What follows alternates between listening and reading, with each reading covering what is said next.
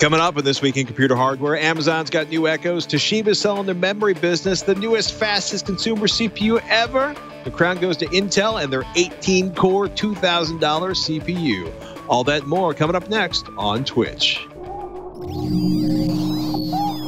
Netcasts you love. From people you trust. This is TWiCH. Bandwidth for TWiCH is provided by CacheFly at CACHEFLY.com. This is TWiCH, This Week in Computer Hardware, episode 434, recorded on September 28th, 2017. 18 cores, $2,000. Intel retakes the crown. This episode of This Week in Computer Hardware is brought to you by Tracker, a coin-sized tracking device that pairs with your smartphone and keeps you from losing your most valued possessions. Visit thetracker.com right now and enter promo code TWiCH to save 20% off any order. Welcome to TWiCH, This Week in Computer Hardware, TWiCH weekly show that aims to bring you the most useful, most engaging, most informative, most delightful, and the wisest hardware news coverage and advice available in any known universe. We have high goals here. We hope to achieve them. I don't know if we're the wisest people in computer hardware, but we're certainly fun. I'm Patrick Norton. I'm Ryan Shrout. We are the wisest people that record a show at this point in time that had cameras pointed at us currently. On the TWiT network. Right. Yeah. If we add enough modifiers to it, I think that works. Eventually, we will modify it to a point where it's meaningless and we're covered. Not meaningless and certainly covered to make the awkward transition of the podcast. Toshiba is saying bye-bye to the flash memory business. Finally, there was attempts earlier to do this that were unsuccessful because SNIT. But this is an $18 billion deal for a flash memory manufacturer. And what makes this particularly interesting is not so much that Toshiba is selling the flash memory business because they got bills, but the fact that it's like Bain Capital working with Apple and Dell and SK Hynix and a Japanese company called Hoya to bring together $18 billion to purchase this.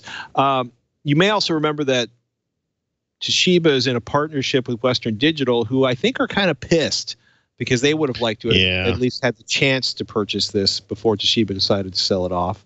Toshiba is going to retain a stake, and it's, at the very least, Western Digital feels like they should have had a veto right on this one. And then I want to say, there was an attempt to make an announcement while they were working out details that was canceled as the journalist showed up at the hotel in Tokyo. Now, apparently, everything is in agreement. But what it comes down to is Toshiba has to pull together a large pile of money to cover the losses in its nuclear business or its U.S. nuclear business. And if they don't pay the losses, they're going to get delisted. So basically, this is a fire sale. And it's interesting to us, and I think you, the audience, because we've been running into issues with memory supply because of how much memory is getting poured into cell phones, particularly excessive amounts of RAM in the Android market in China, consuming a spectacular amount. So now Dell and Apple are purchasing a great big chunk of a great big source of flash memory. I think Apple said they are investing 165 billion yen into the deal. Which is, let's see, 165,000 US. I love that moment when you go to the wrong currency converter and you don't get a currency converter, you get a zero. Like you get somebody's random JavaScript fail. Right.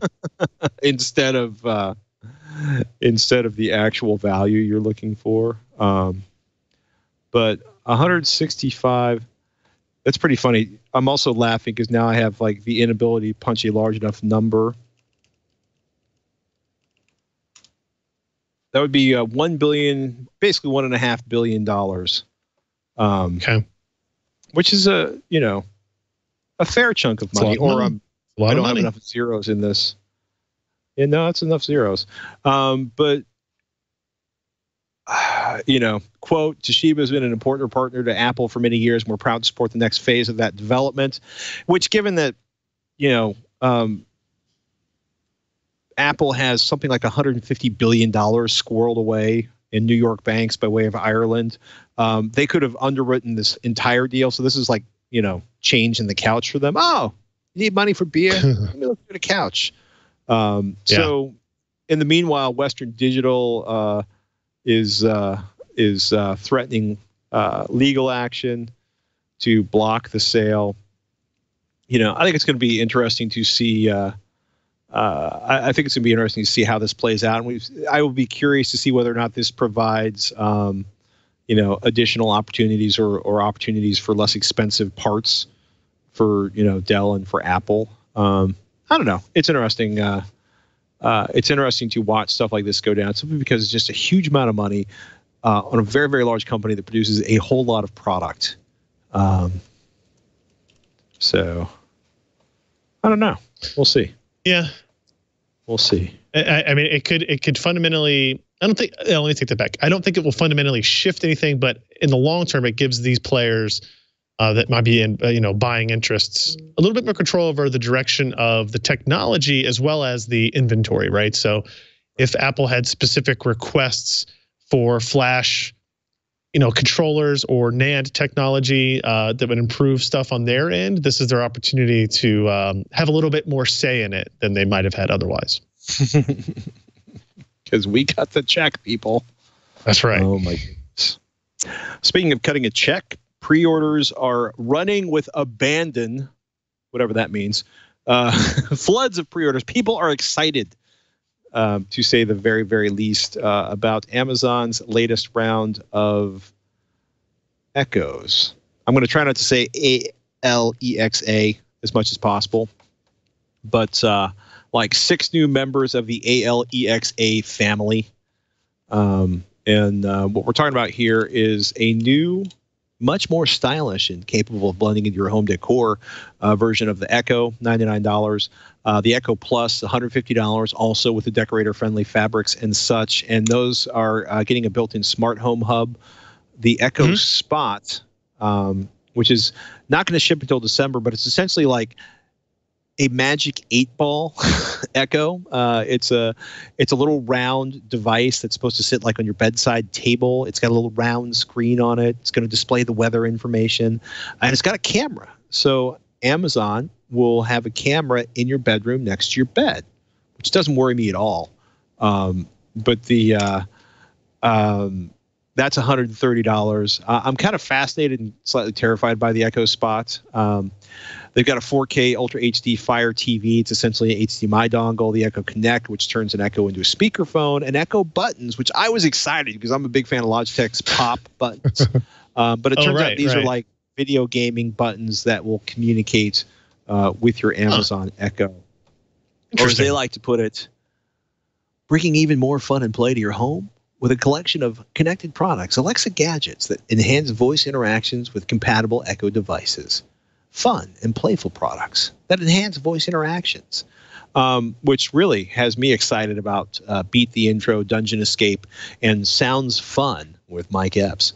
But the, at this point, Amazon has the lead in sort of voice-controlled home automation gear, and they are now hammering down for the holiday shopping season to own this market as hard as they can before Google Home picks up speed, before Apple's product is anywhere remotely near the market. But yeah, second generation Echo, $99.99. That ships on October 31st. The Echo Plus ships on October 31st. The Echo Spot, as I mentioned earlier, is going to be shipping December 19th to be exact. So, it's getting busy. And, the funny thing that kind of gives a lot of stuff. Yeah, and Amazon started so early on this. They have such an advantage in terms of like the number of things the Echo can do, and they're just going to do their best to keep that lead going. But Amazon Music finally gets Alexa support, but that's on the iOS or Android app running on your phone. It's exciting. It's exciting. I may finally break down and get an Echo to maybe put in my garage. I'm not entirely sure I want one in the house. Oh, really? But that's me.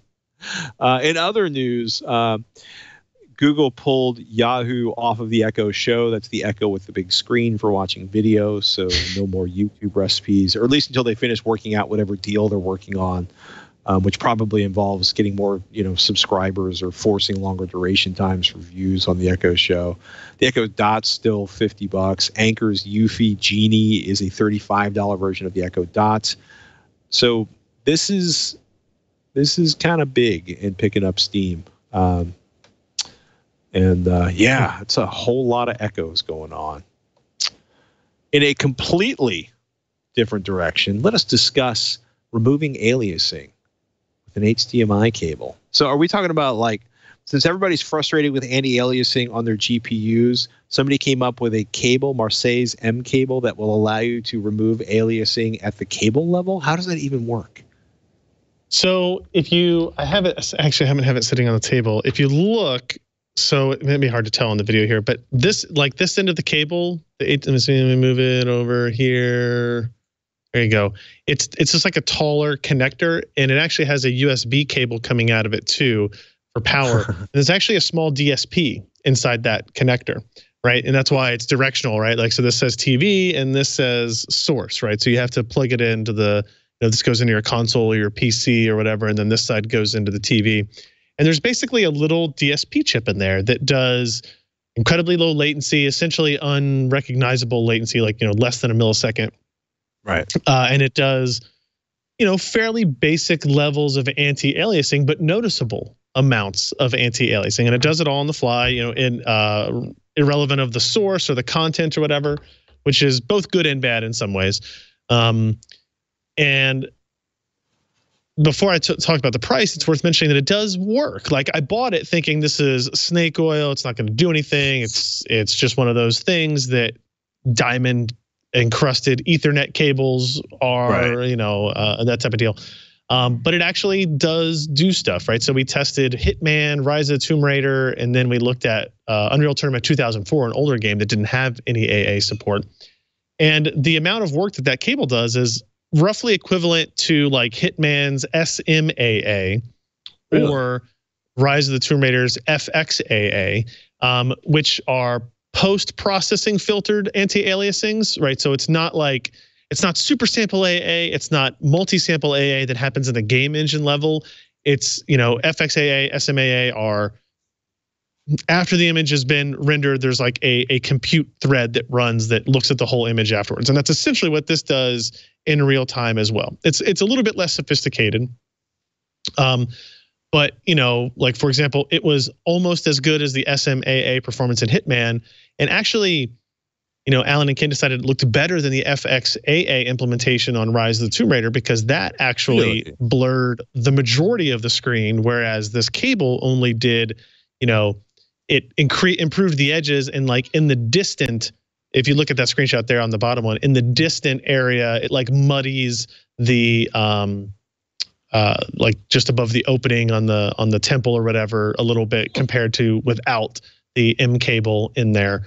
But it actually does work, right? And on Unreal Tournament 2004, the diagonal lines are less jaggy than they would be otherwise. So this is a good thing.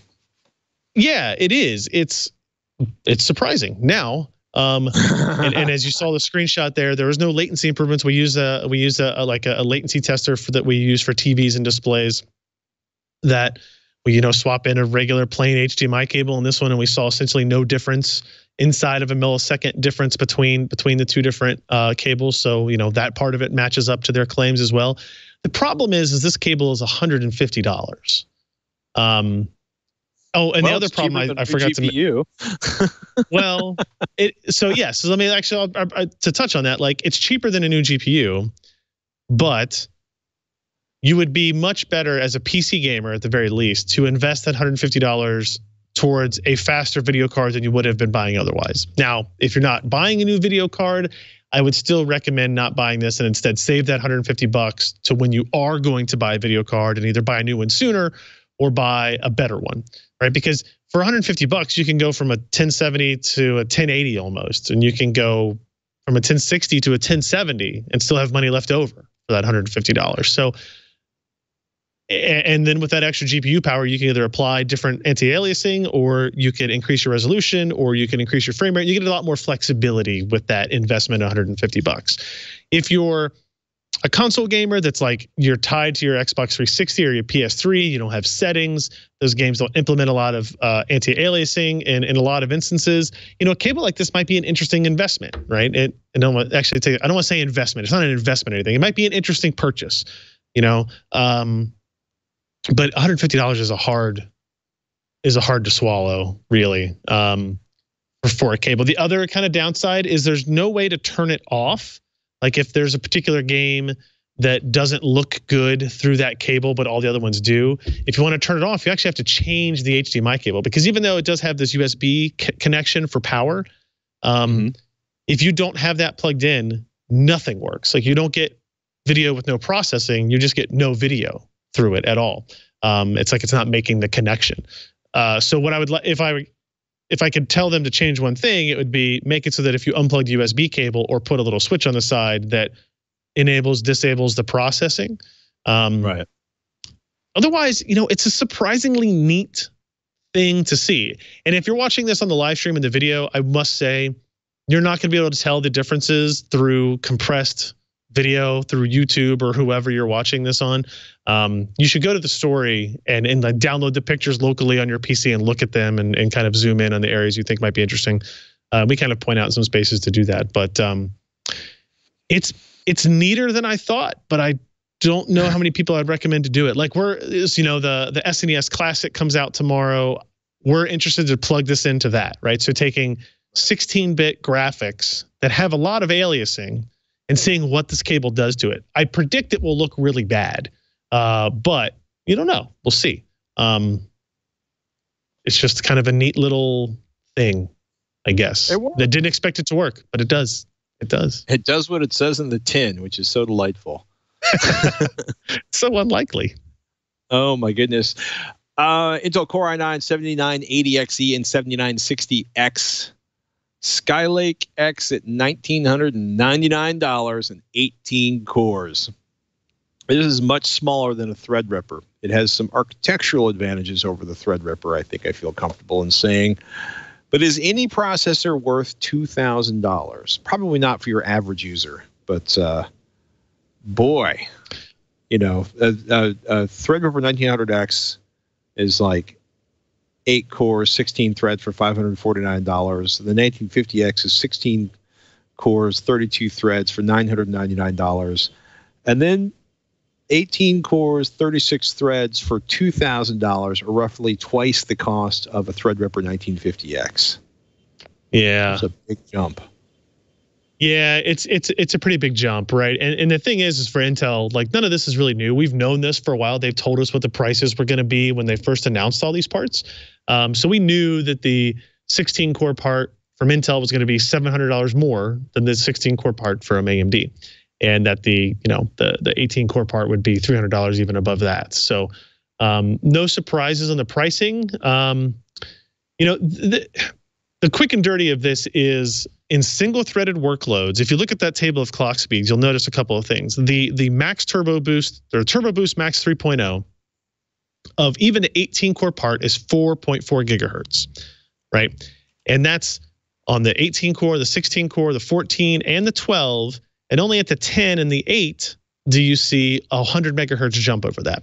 And what's important about that is that for single-threaded or lightly threaded workloads, you do not get a performance penalty for going to the processor with a higher core count, right? So, a couple generations ago, the thinking was generally like, if you want multi-threaded performance, you go to an Ivy Bridge E system, but it has lower maximum clock speed, so your single-threaded performance is going to be less than the Ivy Bridge mainstream part.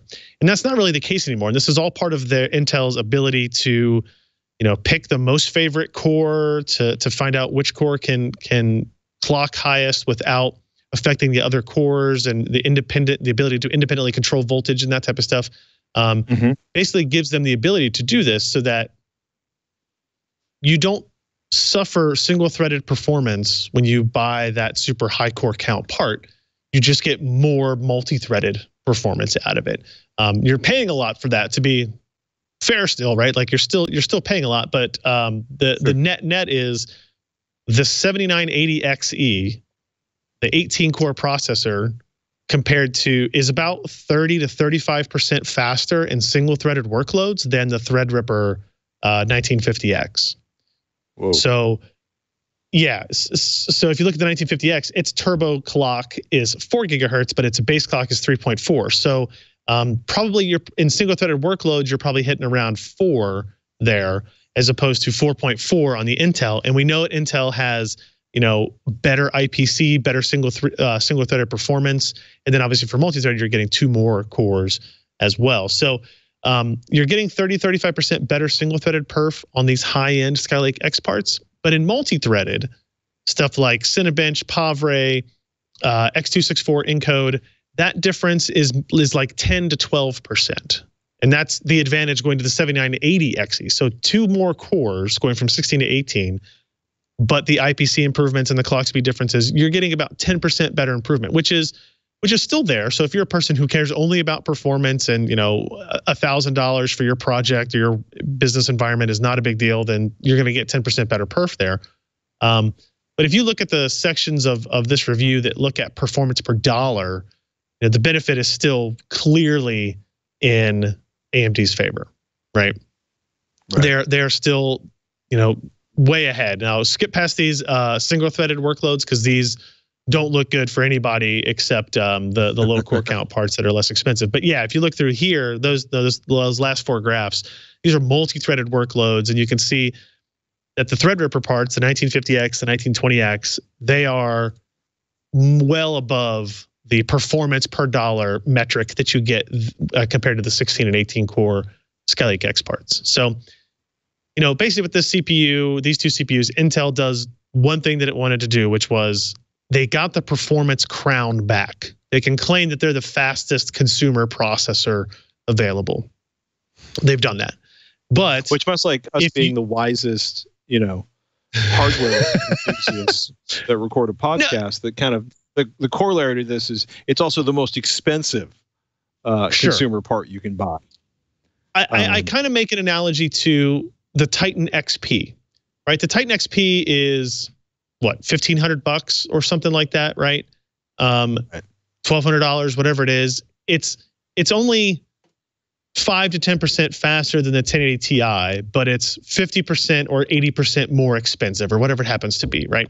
So I would consider that part to be a slightly less egregious version of this part of the 7980XE. So if you want maximum performance, that part's there, but you're paying more for that extra performance than you would relative to other processors. So Intel did their job, but I also think AMD did their job, which is, you know, they released the part at the performance level that they knew and the price point that they knew was going to keep them in the conversation of high-end desktop processors for the foreseeable future because of their performance per dollar and value metrics that they offer above the Intel high core count parts. So we've got new options, but it doesn't fundamentally change, I guess, what our recommendations are kind of across the board. So interesting nonetheless. Good stuff. It was interesting when like something comes out and it delivers. I mean, it's so far. I mean, it comes into it's so far price wise at the far end of the bell curve. It's not going to impact that many people potentially purchasing it. But it's true. Bragging. Yep. Boy, that's an expensive processor. I just wanted to say that one last time.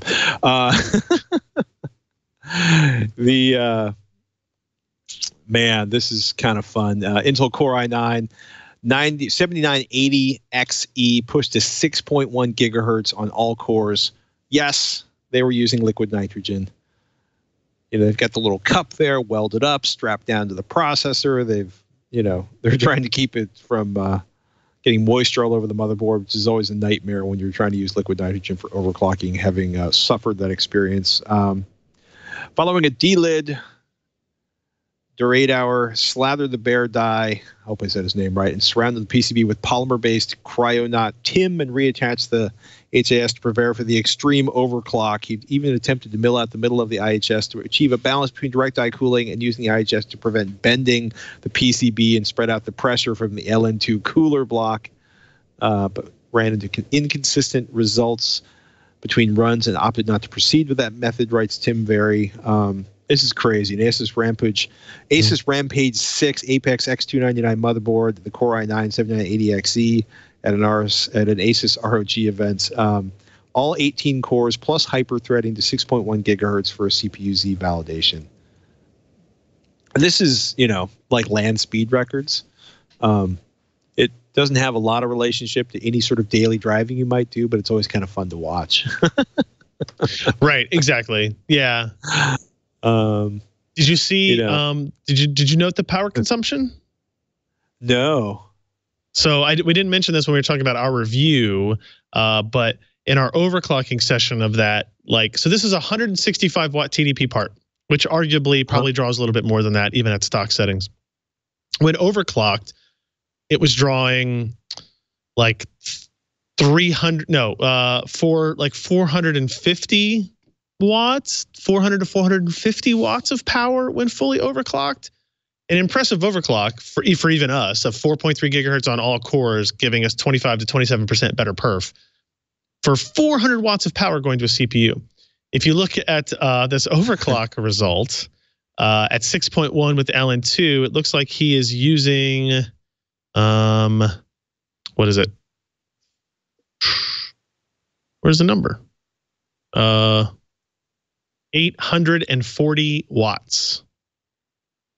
At 5.5 gigahertz, he measured 70 amps on the 12 volt rail, 840 watts. And he said the system was drawing as much as 1,000 watts, 83 amps on the 12 volt rail, with the CPU being at 6.1 gigahertz. So, I got to say, props to Asus for building a motherboard that didn't explode under that kind of power consumption. And props also to Intel for having a processor that didn't explode under that amount of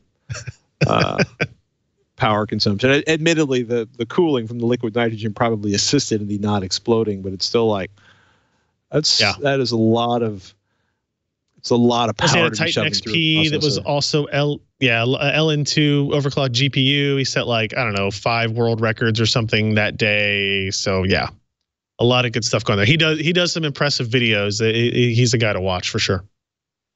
Hey, let's take a moment to thank our sponsor. This episode of This Week in Computer Hardware brought to you by the Tracker.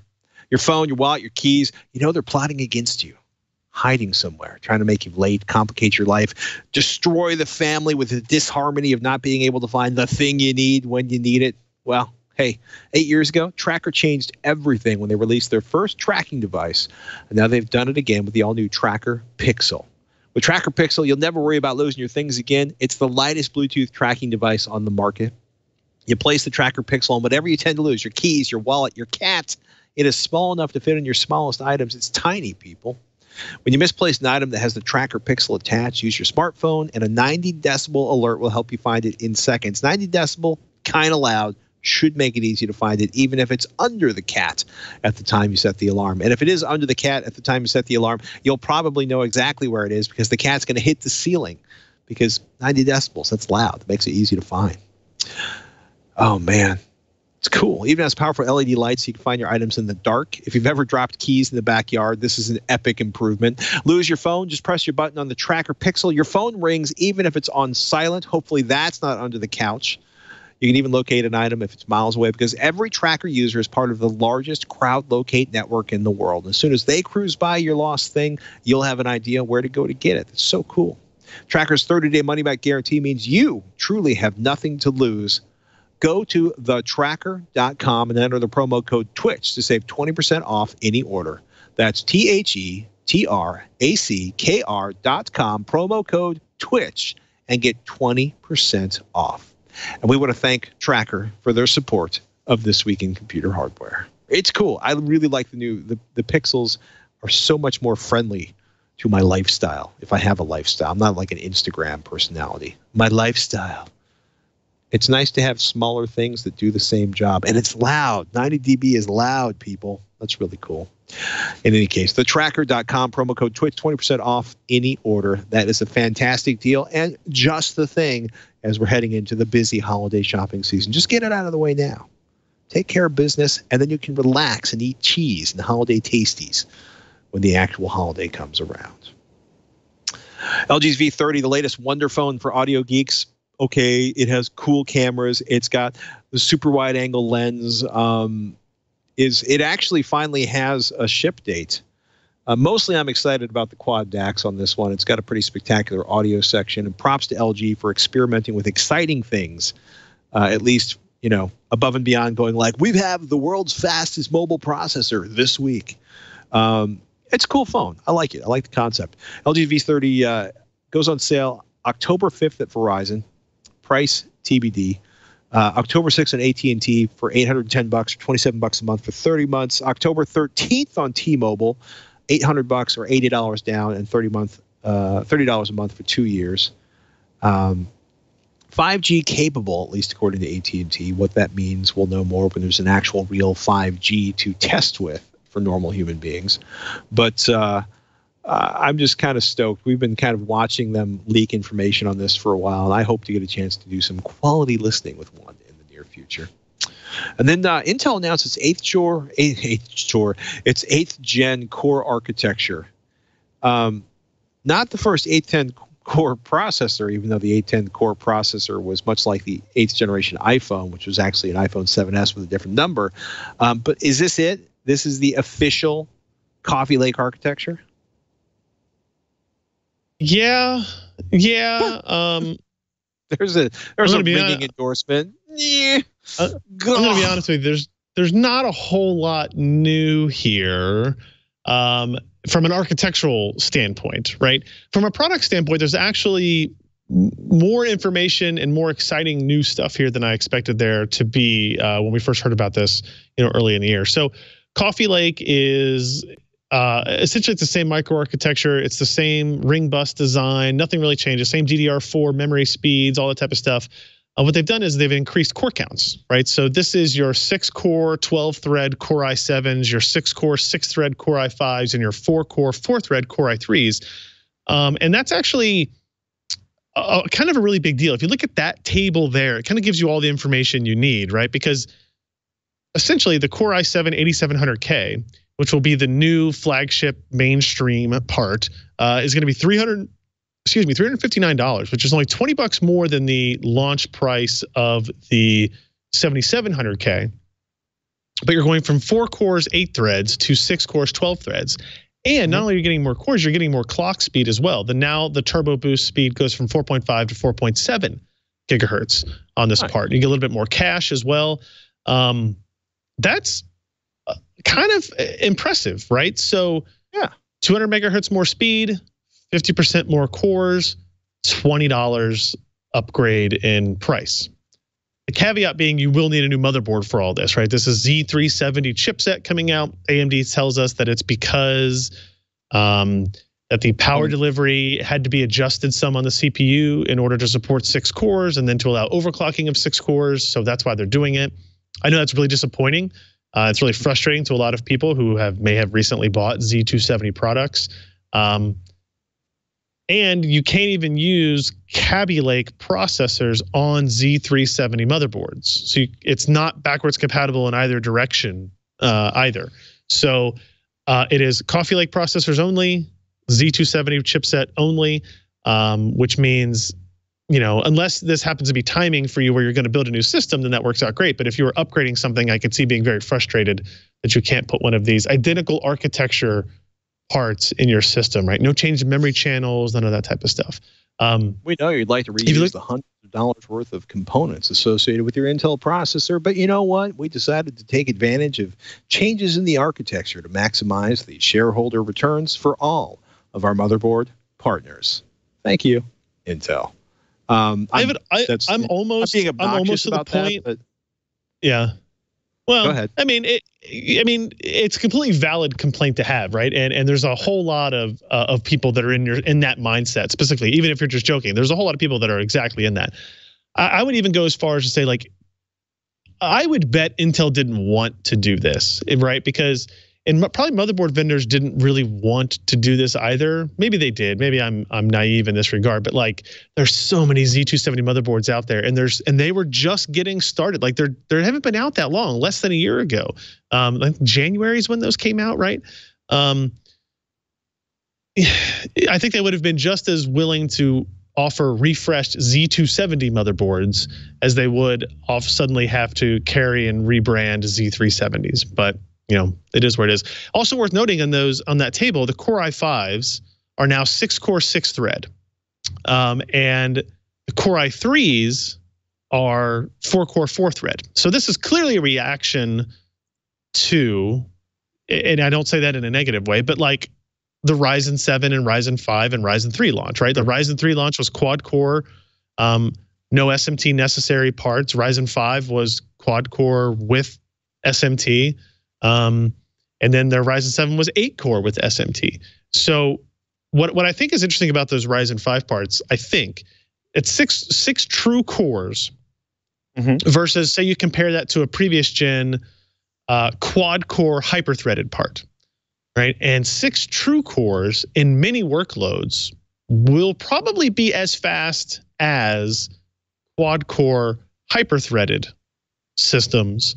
And if you go to the right a little bit and look at those price tags of the 8600K and the 8400, you'll see you can get the 8400 for as low as $182.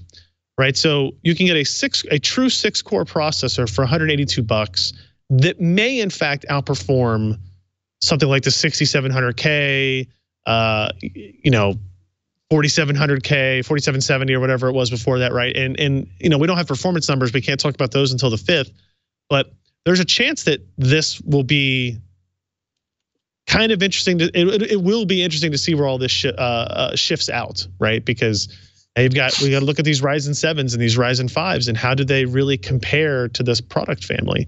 And I think it'll be very good, right?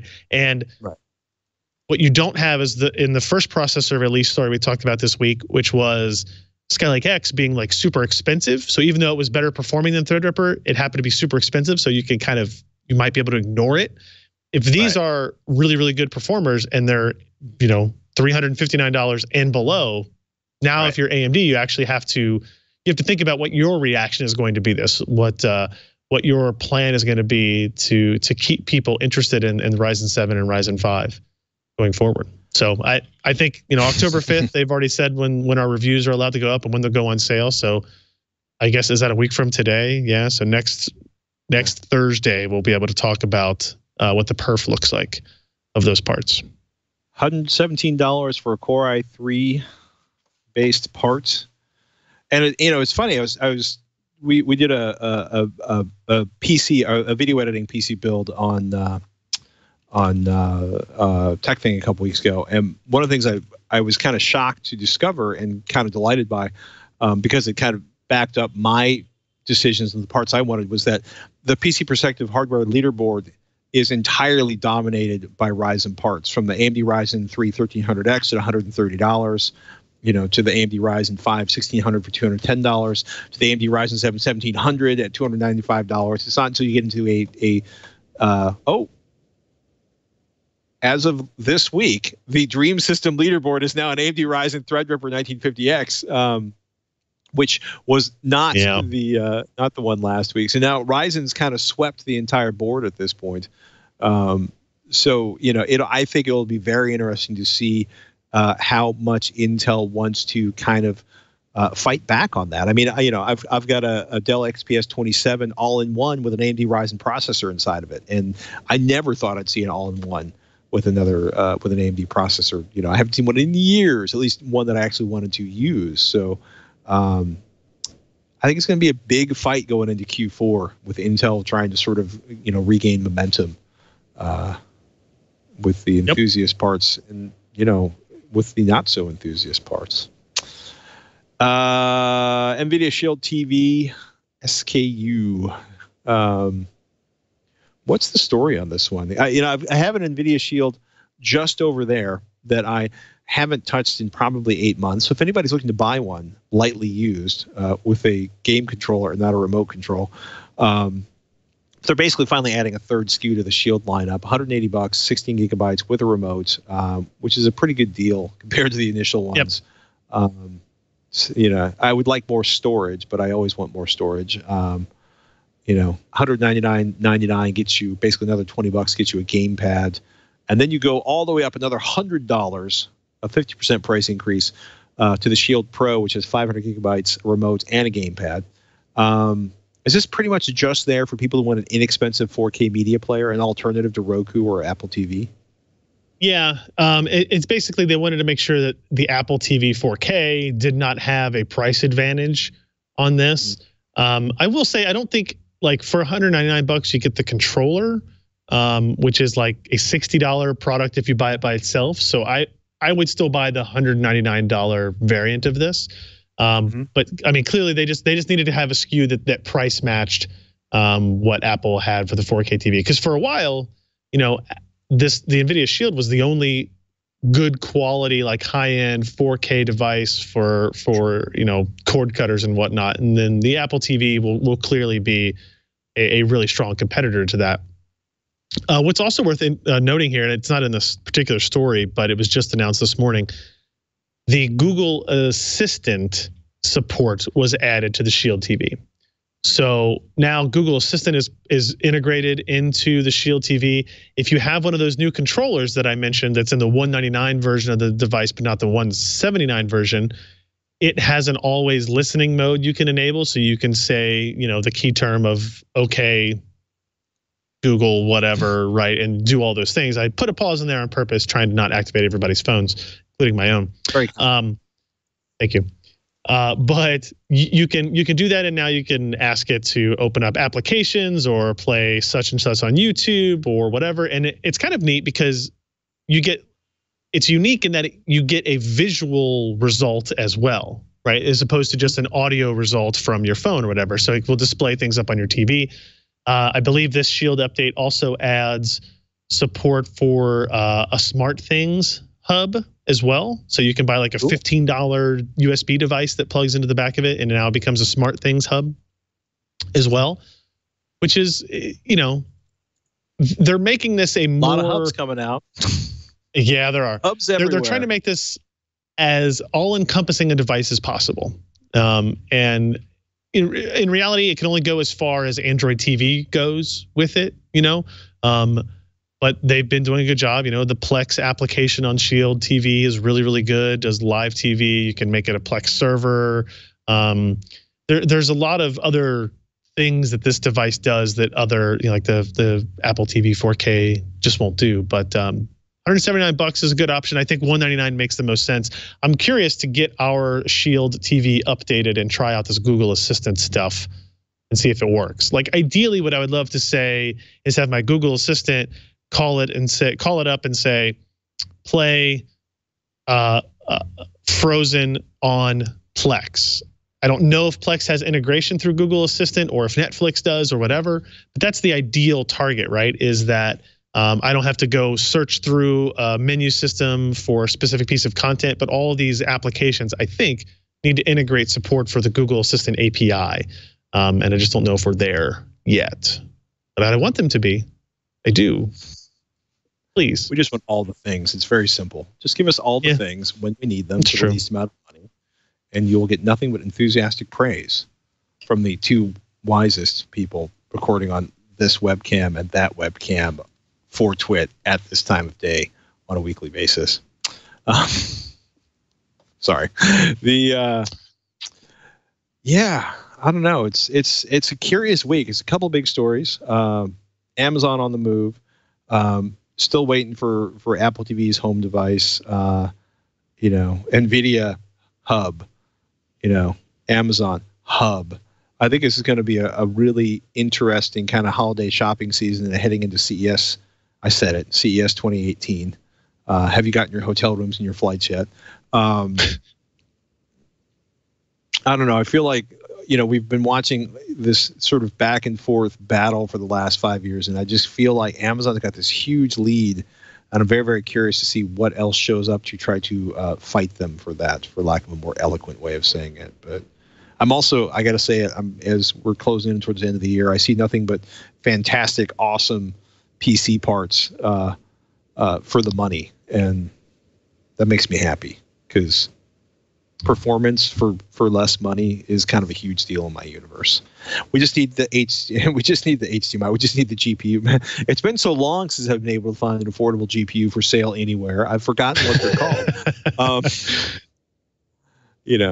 just need the 20% vig on a GPU to drop off so I can buy another GPU. And Shannon's ready to upgrade her GPU. But, and by the way, AMD, love what you're doing with the Ryzen processors.